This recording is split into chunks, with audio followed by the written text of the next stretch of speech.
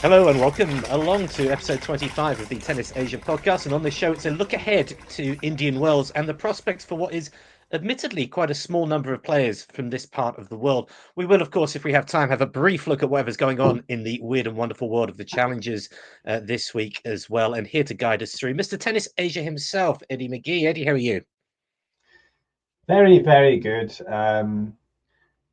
After, we haven't had a podcast again for a little while. Obviously, we just had the challengers through India, but that's now done. And we don't have any more challengers going on in Asia at the moment this week. But we do have Indian Wells, which is, it's always the highlight of the calendar. It's the highlight of the tennis calendar. It's probably the low light for our part of the world, though, because it's completely the wrong time zone and not so many of our players in it to watch. It has been quite a long time since we last spoke. I know in the meantime, we didn't get the chance to talk about a Penko scalping by the machine, Moyuka Uchijima. We will talk about Moyuka Uchijima and her match coming up at Indian Wells very soon. That match is coming up, actually. Presently, but yeah, let's start off by talking about Indian Wells coming up, the first of the sort of double header with Miami, and we'll start off by talking about the men's. And plenty of our guys were in qualifiers. How did qualifying go? I see Watanuki got through at the very last, but other than that, pretty ordinary, I think it was. Yeah, so yes, we can see for those of us watching, for those of you watching on video, yeah, we can see the draw there on the screen. So, you can see there Watanuki has come through qualifying and he's been drawn in an All-Asia Clash against Alexander Bublik in the first round. Right. Good little, good for Watanuki to be able to qualify. So I was just thinking, is it an indication that perhaps the surface is, because it has been in the news that the surface has changed this year for the first time in 25 years at Indian Wells, and it's supposed to be a bit quicker. However, the desert conditions have always been made this a little bit different. Obviously, the dry conditions, it means the ball flies up a little bit more usually, and it's always been, recently in the last several years, it's been on the surface, although it's a hard court where those who play on clay or are comfortable on clay have tended to do pretty well. Obviously, me talking about men's, Alcaraz has been champion here, and he wasn't too pleased. I saw in an interview that he was trying to hide his displeasure, saying, well, I can play on any surface, but he was obviously not particularly pleased to just hear about the sudden change of surface. Whether or not it's actually going to make a huge difference or not, but I think Watanuki being able to qualify shows that, that's pretty good for him, because he's a guy that has definitely always has favoured the quicker hard courts, right, and has done exceptionally well on there. So Bublik as well. He that would kind of suit him if it's a bit quicker, obviously with his serving and his style of play. We could have just a look quickly actually at the qualifying. So if we see, obviously we see here the qualifiers. Yosuke Watanuki was only qualifier from Asia to come through. He came through straight sets against Matteo Bellucci and Rudy Kwan, the wild card there. So very comfortable for him. So that obviously bodes well for him. Going into a tricky match against Alexander Bublik. You can see Hedi Habib went out in the first round there, and Taro Daniel. So Coleman Wong as well. Yeah, so not very stunned. Mikhail Kukushkin's there. I don't think, although he got through there, so I suppose there's a chance that he might be able to get in with a lucky loser spot. But I don't think he's going to be. I don't, being as the 23rd seed, I don't think he's going to be possibly not ranked high enough to get in there, given that we've got guys like Duckworth and Duckworth and others. So that's just obviously a bit disappointing. Yasutaka Uchiyama, another one that did get through one match, but then loses out to Nicolas Basilashvili, of course, the sole challenger champion. But let's look back. No wild card needed this time. No. And I mean, let's look at that little section there. Of course, Bublik against Watanuki. Obviously, Watanuki obviously going to be feeling pretty good having come through qualifying. He will have feel adjusted to the conditions. Step up in quality, of course, against Bublik. Bublik's always though a little bit unpredictable. I mean, he has slipped down a little bit. The fact that he has to play this first round. I mean, in the past he'd be up near that top 32, or certainly within the top 50. He slipped down a little bit, but even if one of them gets, I mean, whoever gets through, they're going to have a tough match against Thomas Makachev, who obviously has been playing really well recently, and then that 19th seed there, getting that spot is just an indicative of that, and he's potentially a guy that could even go further right up to the top 10. I mean, I don't think that's beyond the realm of possibility. And I mean, having said that, sort of depends on the surface, because I mean, yeah, it's not exactly the as I say, the surface conditions might be a bit different. Sometimes the conditions are very unique here, so you find that some players just struggle with it for a bit, and you might see some errors and things like that. But yeah, I mean, for a point of view of Watanuki, I think if he does get through that, he'll be doing well to even get past Makach. So yeah, unfortunately for same for Bublik. I mean, difficult draw there. But if we move down a bit, we can see another Japanese player there. Of course, the legend that is Nishikori, yes, who was a finalist, of course, the runner-up, and disappointingly not taking the title in Hong Kong, but nonetheless. And since then, he's had a sort of a bit of a mixed bag. I mean, he almost went out in the first round in Australia, but came back from 2 sets down. But then he started off well against Tommy Paul, and then of course was handsomely beaten in the end. And not because he was playing particularly bad. It's just it's a guy that's very physical like Tommy Paul. It was just very difficult for Nishikori to be able to hit through. Maybe the quicker conditions might help him here if it is quicker. But I mean, Munar, I mean, he's a guy that's also started pretty well. He got to the semis in Hong Kong, and Munar, he is also quite a tough competitor, and they've actually played each other once already last year. That was in a challenger, and although that was on clay, Munar came through in 3 sets. I mean, I do think probably the matchup, I mean, we'd still make Nishikori the favourite, but I do think it's actually a tricky one for him. I mean, yeah, also Munar got to the semi-finals in Dallas, and he beat Bu, Ben Shelton, and Arnaldi, and then lost a tight 3-setter to Casper Ruud. And obviously, he's been having a pretty good year so far for certainly by his standards, and I do think that's going to be difficult for Nishikori. If Nishikori can play his best, though, I talked about the weird conditions in Indian Wells, and if they go through, he plays against perhaps Hugo Umber. I don't think Indian Wells is necessarily the best for Umber as well. So let's see. I mean, he can get through. I think possibly can give Umber trouble and perhaps get through, but then Holger Rune, difficult potentially in the third round. But you never know. The draw can open up. For example, if Thompson gets through, would I put it past him to take out Rune? I don't know. That's not, stranger things have happened. But Tsitsipas, though, recently here, come through, it's finally won a 500, right? Right. Out of 12 finals, he finally wins one. And so he'll be feeling great coming into this. And we've had a little bit of rest and, enough time. He'll have a bye here. So Tsitsipas, perhaps you maybe favour him getting through this section. But we move down to section 3. On. This is obviously Basilashvili's section, but it's also Zhang Zhizhen's section. He plays the Polish qualifier. Yeah, and you'd have to say not too bad a draw for him in terms of, obviously drawing a qualifier. Kamil he Kamil he from Poland, yeah, he did come through qualifying as well, and a player that's, of course, he had to work his way back up after a doping ban, but he's done okay.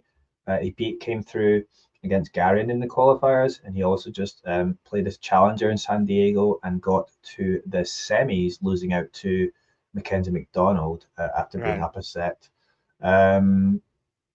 So yeah, I don't think it's the worst draw, but it's a guy. He also qualified for Australian Open, coming through qualies, and lost out to Karenia Busta in the first round, but in straight sets. But I mean, I think it's definitely a match that you'd expect. Maybe Zhang would be hoping to win this one, and I don't think the conditions would be bad for him. I think he can play well here, but obviously coming through and having to play Arthur Fils, who obviously in his day, it's a really tough player to get through. But you never know. I mean, I think sometimes with Fils, he's shown how good he can be, but he hasn't been that consistent. So, Zhang is a player that if he's in the zone, he's beaten top 10 players, right? So, that's like Ruud and Medvedev as well, right? So, and he's had good results. So, just a question if he can show. At least he's fit, unlike his compatriot though, Jerry Shang, who was definitely in. He has been at Indian Wells because there was footage of him practicing with Zheng Qinwen, right? So I mean, I expect there was probably some sort of contractual thing, or there was some obligation there for him to. I don't know. I just felt like a little bit of a. I don't know, because I mean, how often do players? I mean, do they normally practice, men and women? I mean, I guess they're just having a little hit, but yeah, it was all over the social media. But so it's quite strange anyway. But for him to pull out, seemingly they are practicing. I'm assuming that it's just an issue where he just seems to get these injuries, and then of course it was in Hong Kong where he had the flu. He had that illness, and he eventually had to pull out during his match against Nishikori. It was in the semis, right? And so, but these things keep happening. So, at least Triple Z is there, and he's been largely free of any injuries. So, I think, some good things to look forward to for him. It's not the worst section of the draw for that. We've got possibly the most interesting one potentially from our point of view. Buyunchaokete in this next one. He's drawn a wild card. He's drawn a very good wild card. Yeah, Pasha already, and obviously as well a guy that's at home, right?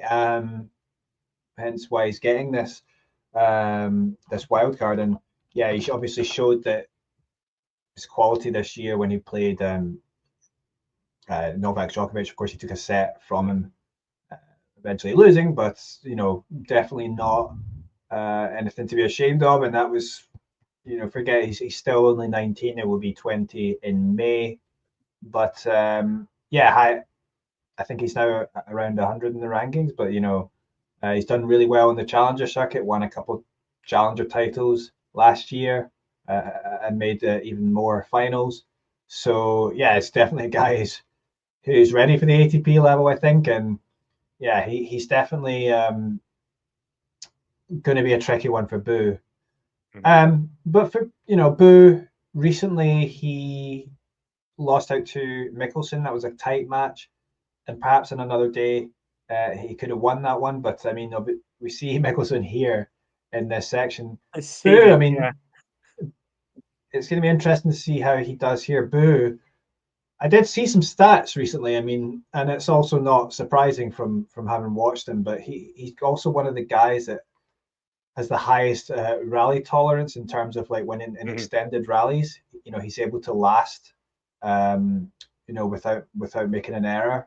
I saw some stats in the longer rallies. He's one of the best performers in that respect. So he'll be wanting to keep that going again against Basvaredi, but Basvaredi seems like a guy who can certainly hold his own in the longer exchanges. So, and then of course, if you do get through, you have to play a guy who loves those longer exchanges as Daniil Medvedev. So, of course, he's not been so great recently, and it's been a bit worrying his performances, Medvedev. Nonetheless, Medvedev would be a tough task, and Man. yeah, so really it's just about getting through that first match and then see what happens, right? But Have a at swing, least see what happens. Yeah. at least for It's Boo, pretty much probably one of the most brutal sections of the tournament, actually. yeah, yeah. I mean, and from Boo's point of view, I mean, if you do get through, I mean, you have to play a big crowd there probably for Nishesh Bashvaredi, who is also from California. I mean, no shortage of Right. support from him there. And then, yeah, and then even if you get through Daniil Medvedev, yeah, Mickelson, again, a guy that's, again, going to have a lot of support. And then, yeah, this very tough section, Lehechka, Paul, guys that are very good quality players. So, yeah, I mean, Boo has got to try and he's not really done too much since he had that amazing run in his home tournament. So let's see if we can recapture some of that. This would be a good place to do it. Mm-hmm.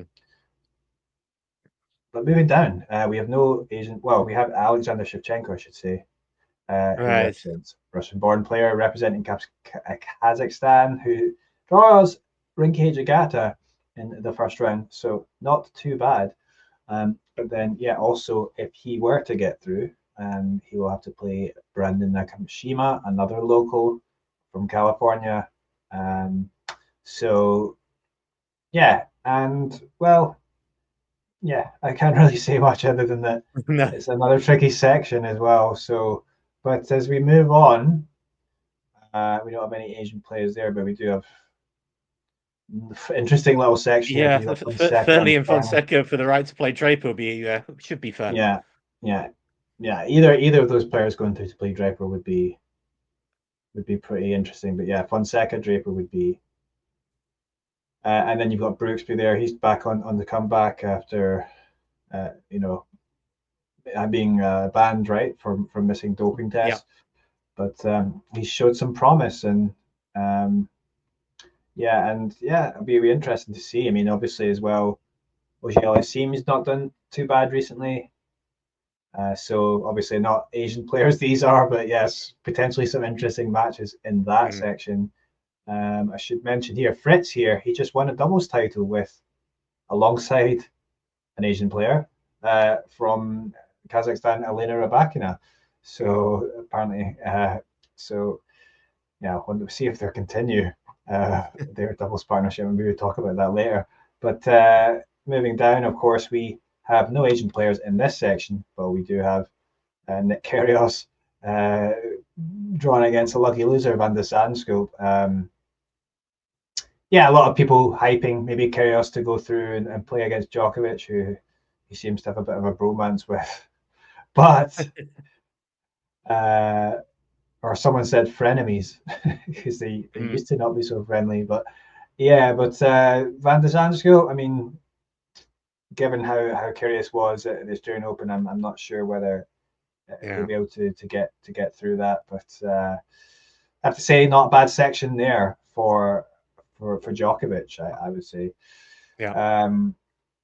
Yeah, he'd be fairly pleased about that, I think. And then if we move down again, no Asian players here. Yeah, pretty lacking on the men's side in that respect. And Alcaraz So, there. Yeah. so usually when we go through these, I ask you who's the best placed of them to make progress. But given there's so few, just any of them would be a bonus. Yeah. I mean, going back through, I mean, I think in terms of like who's the potential, I think for the biggest run, maybe you would say perhaps Zhang here. Right. If he manages to catch fire. Um, it depends really. Musetti, yeah, of course, it can be really tough. I think Nishikori just his physicality just Yeah, it yeah worries me a little bit, and then question mark. Yeah, and these two I don't particularly fancy. So if he catches fire, yeah, perhaps Zhang is he's shown he's beaten better players than these guys. So yeah, let's see what happens, and then you never know with draws opening up and stuff, and but yeah, I think that's going to be the best opportunity perhaps for a little run. But yeah, that's it. So maybe we should move on to. let's move on to the women's. Yeah, it's been a bit of an up and down start to the year for quite a lot of players on both sides of the draw. Obviously, the highest seed from Asia is Zheng Qinwen. I see she's only seeded number 8 here. It's been a very challenging start to the year. Her coach is back though, so hopefully we might see a little bit of difference. Anything to come out of qualifiers though? Unfortunately, no. All No. of the Asian ladies. Even I know Ito I got to the final round, but she lost to Medicine English. Yeah, Okay. English there, yeah. So yeah, I don't think there's going to be a chance for. I guess there's a possibility she might get in with the lucky loser, but you've got other higher seeded players We've lost. who Yeah. who've lost. So it seems unlikely yet. But bit of a shame, obviously. I mean, a lot of people she's gained a lot of fans, and it would have been nice to be able to see her here, but it was not to be. So looking at the main draw, in that top section, no Asian players, but we do have Sabalenka, so it's obviously of interest. Not a little bad draw for her there, I think. Although potentially maybe playing McCartney Kessler local in the second round could be a little bit tricky, but probably not going to be much No. trouble for her. Yeah, so interesting section there. Kasakina, Fernandez, Paulini. But if we move down into section 3, we have our own Mm. Mayuka Ichijima drawing against Emma Raducanu in that first round. Of course, Emma having a little bit of unfortunate situation in it was in Dubai, right? Dubai. Yeah. With the stalker and all that, and but she's come here. Hopefully, I think she could have no worries in that respect in terms of like No. she'll have good security. I think, but Ichijima, she's still sort of finding her feet at this level, um, and perhaps, I mean, I would say like the conditions probably not too bad for her. Right. Uchijima, she played in Dubai as well. She came through qualifying and then beat Ostapenko. Maybe it was a good time to play Ostapenko, having just come Right. through at that run, and then, but yeah, like and then lost out to Rybakina. So I do think though she has a potential to give Raducanu some trouble. Raducanu though has a pretty good record in Indian Wells. In fact, Yeah. it's the only WTA 1000, and perhaps the only tournament that she's played for every year for like the last 4 or 5 years, right? So I think back to Since she broke through and got able to get into tournaments like this. Yeah. yes, yeah, since 2021. So um, yeah, and she said that she it's her favorite tournament outside the slams, Raducanu. So yeah, and I think she got to the fourth round there. I think that's the best she's done in the 1000 events. So probably doesn't bode well for Ushijima in that respect. But if she I have can to say, bring in, I've actually attended a Raducanu versus Uchijima match back in 2022, I think it was that's right, in yeah. So in Korea, Seoul. Yeah, that match, Uchijima was giving him a very difficult time until there was a little bit of an incident that happened, and then it swung Raducanu's way, and she never looked back. But whoever wins that match, they're going to have to go some to match Raducanu's getting to the fourth round previously because they'll have Coco Gauff in the second round. yeah, and yeah, it's going to be so tough. Yeah, I suppose, if Fujijima gets through, I mean, Coco Gauff is, you're going to have to hope she has a bad day. Yeah. Probably. It's unlikely, though, Indian Wells. And yeah, I think she would manage it. But Coco Sakari is the other seed in that section. Of Mm. course, if somehow the miracle does happen against Goff, then Sakari is not a player that's been playing so well recently. So yeah, potential for an upset again there. But yeah, just gotta take one match at a time. I do think though, if she plays well, she can give Raducanu trouble. Whether that leads to the Yeah. win, we don't know. But moving down, yeah, you can see young Maya Joint there, Aussie getting through qualies, as does Kim Burrow. Oh, Kim Burrell Who, got through qualies. yeah, she's been doing pretty well recently. Of course, she's Yeah. not a player from Asia. She's Australian, but she plays like many Aussies, a lot of the Much Asian of the events. time on the Asian on the Asian Yeah, swings. Yeah. and yeah, has been pretty good recently. So she's sort of regularly getting into the bigger events now. But if we move down here, we have Elena Rybakina, um, and you'd have to say not too bad, I would say, for her to No. go. I mean, Katie Bolter, I don't know, how well she will do in these conditions. So I do think Rybakina has the opportunity to get through here, but then potentially it is, well, whoever she plays in the fourth round is probably going to be one of these players. I Mm. mean, we talk about Osaka there in that first round, Osorio. Yeah, not too bad, little draw there for Osaka. But then having to play Clara Towson, who is absolutely on the up at the moment, a young Form of player. her life. Yeah. Yeah, and yeah, obviously she was a runner-up to Mira Andreeva in Dubai, and she beat Sabalenka and Sabalenka. Karolina Mukova and Noskova and Svitolina. So yeah, really good form, and that's got to worry Osaka. I mean, people are saying, "Oh, well, Osaka's, she's unlucky with the draws, but this is what happens when you're unseeded." And Yeah. for Osaka, she's got to be able to. I think, if she's going to get back to somewhere near her previous level, she's got to be able to try and come through and beat these players. So yeah, I mean, she won't fear Towson, but she'll respect her. But yeah, she's got to probably have to bring her best. And even if you do get through that, um, Mira Andreeva's there. Of course, is Favor the is one who waiting. Yeah. who won Dubai, and then yeah, potentially one of them playing against her back in the fourth round. That could be very interesting. Um, yeah, against similar. Yeah, it's just Osaka.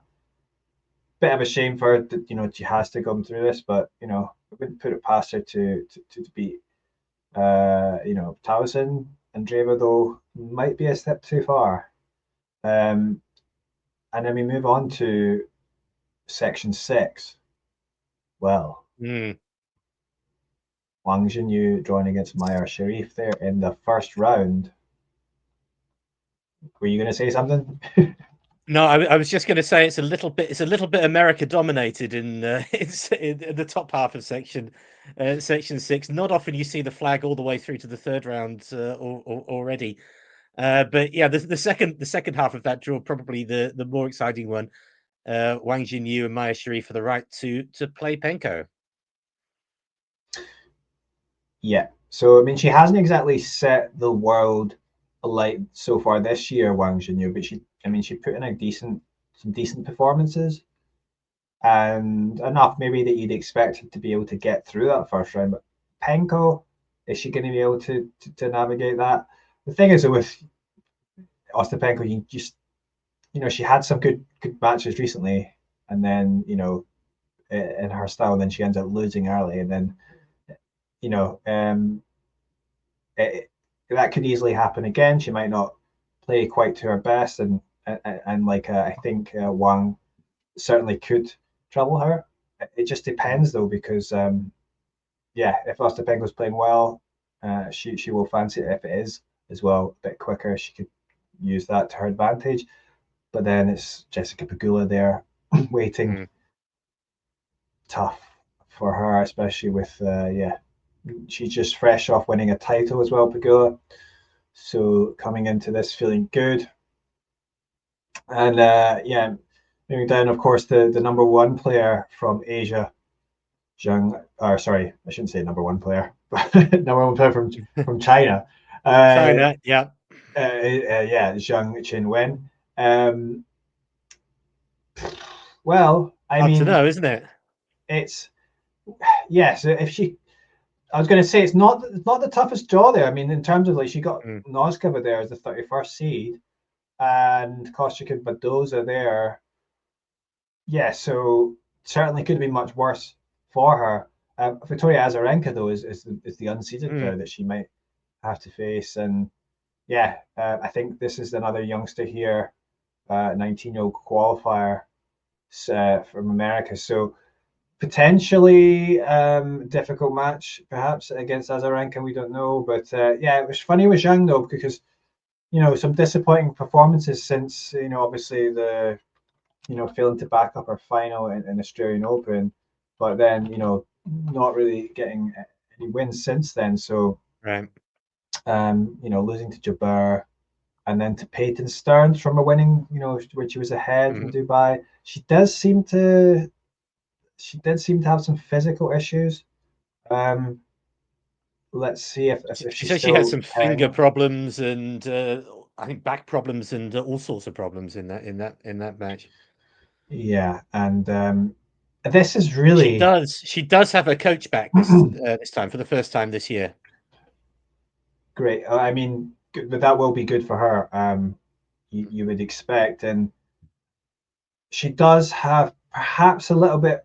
You wonder whether she's struggling a bit more with the. She did finish the season well, but a bit more expectation on her shoulders now, and really, I would say like if she's got a great opportunity in terms of if she can get a couple runs in this swing, obviously Indian Wells and then Miami, we could actually see her getting a lot of points. I mean, because she didn't do particularly well in this section last year, and the same, for the obviously after that we'll have the clay season, and this is a section of the season I think she should be doing well in. So yeah, I do think there's an opportunity for her to be able to get to the fourth round here, but this is if she was to navigate. I mean, I don't think if she does play well, she can definitely get through this section. But you look down, and it's probably going to be Swiatek. You got Mukova there, Jabeur. Wow, that's tougher. You'd have to say. So I mean, Jabeur comfortably beat her, not that long ago, and she is, finding her form again, getting in seeded there. But then we see another Asian player, your favorite, Yuan Wei. There she is, fresh off JPEG's private jet from Texas. All right, I think I saw that. That was the yes. So was she on that? I think she was, yeah. Or was she? I'm not sure. Was she in the doubles?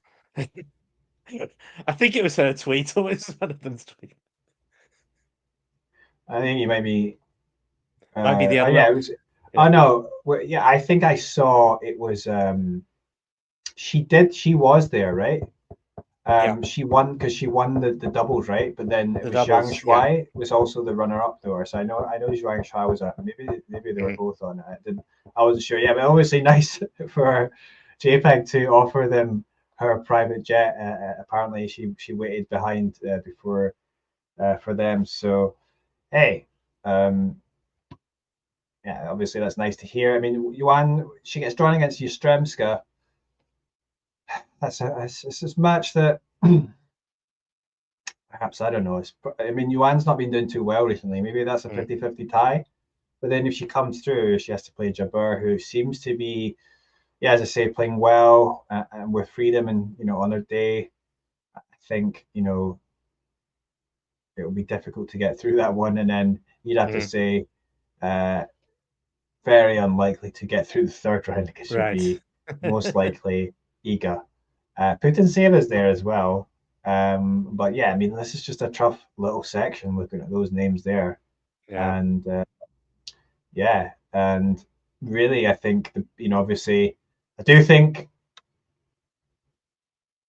yeah, Zhang, given the draw, she's probably the best hope for an Asian Yeah. player in the draw. And then perhaps Osaka, even though she doesn't have a great, she's got a tough section, just because obviously we know that she's got the quality that she on her day, but it's just whether she can bring it with that consistency that she really needs, and that's remains to be seen. Um, yeah, because it feels like with Osaka, yeah, she's done well in some of these smaller tournaments, right? But then Right. the big tournaments, she's not had a real run yet. So that's something should be obviously hoping for. And then with Zhang as well, she should be expecting to get through these matches. But let's see if she can, obviously, with the as you said, with the coach back. Yeah, that's something that might help her this time. A reset and a fresh start. Okay, anything else on Indian Wells? Not particularly, but obviously just, yeah, it'll be interesting to see how like this goes. Obviously, with the conditions, supposedly, I mean, it's certainly the court's been changed, but it's not always down to the court. The balls have an effect, and then of course, like the actual the weather conditions, the environment, which Right. seems to be what makes this unique thing. Obviously, very dry. It's out in the desert, and the drier the conditions, the ball tends to fly a bit more, and then who knows, we might have some wind as well. Sometimes that happens. Hopefully, we won't have any bees this time, though. Bees, yes. Well, if they do, they know who to call this time. So, True. okay, just want to briefly mention. I know it's been a couple of weeks. Obviously, one of the mainstays on this podcast is the battle of Changyan to get back to back to a decent level on the tour. He opted against the Indian swing on the challenges. He went to Australia instead. Had a bit of a mixed time. He played, I think it was the Burnie Challenger and then the Launceston. Launceston, I guess, is Tasmania. Those two challenges. A bit of a mixed time. How did you get on? Well, it wasn't Challengers, it was the ITF tour. So he Sorry, the played ITF. Yeah. 25 K event. So yeah, which you get 25 points for winning. But yeah, he got to, and Bernie did okay because he got to the semi-finals. So he got some wins under his belt, but and then lost out in that semi-final, which, yeah, I think it was a bit disappointing for him because it felt like going back to that. Yeah, so he came through the first three matches in straight sets, and then lost out to Omar Jizika in the semi-finals, which is really a challenger level matchup. Jizika is ranked close to 200 in the world. So, but then yeah, it was a tiebreak. He lost the first set tiebreak, and then it was 7-5 in the second set. He lost. So tight match, but he had his chances. Was up a break and then got broken back, and I think he was actually serving for the match in that, and had a set point at 5-3, and then was serving for it at 5-4 in the second set, and then lost it. So he since had these yips, and I mean he struggles a bit with his serve anyway. But I mean, I think, yeah, and then he did play in Launceston and follow up and lost in the first round. That was to Ajit Rai, who's a guy that inside the top 500 who sort of been between ITF and challengers. So sort of one of the tougher players you could play in these sort of events. But yeah, I mean, I don't think it's too much to worry about in terms of, like, I mean, he's obviously played the ITF events and he's managed to win. He obviously won that one in Bali. and then got to semis here. But I think next he will be off to China.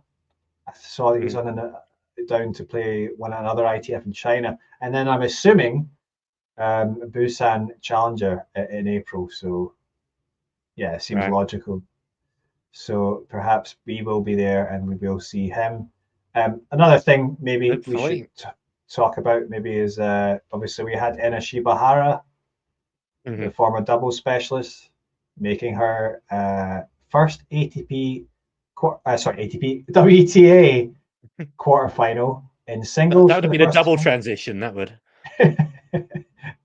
But yeah, so good achievement for her, and she was very pleased about it. And it was funny because someone was saying, well, she's just done this to send a message to Riley Opelka. Because I don't know if you saw Riley Opelka's comments about doubles, but obviously, and Shibahara is showing that you can make that transition from doubles to the singles. And unfortunately, she didn't get through in Indian Wells, but I mean that last tournament she got to the quarterfinals there. That was the one in Austin, and I think she lost out to Tomljanovic in the quarters, but it was still a tight match, and I think it shows that she can hold her own, and I think that was an indoor one that definitely seems to suit her. So the sort of quicker conditions, she likes that, and it'll be interesting to keep following her as she goes through with her singles career. One final thing I want to touch on: we cannot let it go without having. We've finally had someone from our part of the world defeating an Arena in a final. Yeah, right. Yeah, I almost forgot. Good for her. I mean, so we're talking about Park So-hyun, who is probably not too familiar to many people, even people that listen to this podcast or that into tennis. I mean, she is the current Korean number 2 on the women's side, right? And to be honest, I mean, other than Chung, Korea's really struggling for much to be excited about at the moment. Park So-hyun, she's only 22, right? And she beat Arina Rodionova, the Australian player, who's ranked around 200 or so in the world. Right. Has been higher. Outside, just outside maybe. Player that's been near the top 100 as well. So it's probably more familiar to tennis fans. But so Park managed to win her first 50K title, which is a decent level for her. And we always talk about Zhang Zhizhen, otherwise known as Crystal. She, perhaps is in danger of losing that Korean number 1 spot because she hasn't been playing too much recently. And of course, Park So-hyun is, as we said, she is on the up, and she, that was the 50K, by the way. There was the one played in Asia. It was in India, where is it? Ahmedabad. Ahmedabad, yeah. So, she came through in all her matches, apart from the semi-final, in straight sets. And of course, she beat Ankita Raina, who's been sort of quite established in that sort of, what would we say, sort of, the ITF challenger level. And then she also beat Arina Rodionova, in straight sets, but that was a bagel in that final set as well. So she's obviously in a pretty good place at the moment, and she is now competing in the 35 in Gurugram, so continuing in India, and she won the first round there actually in straight sets.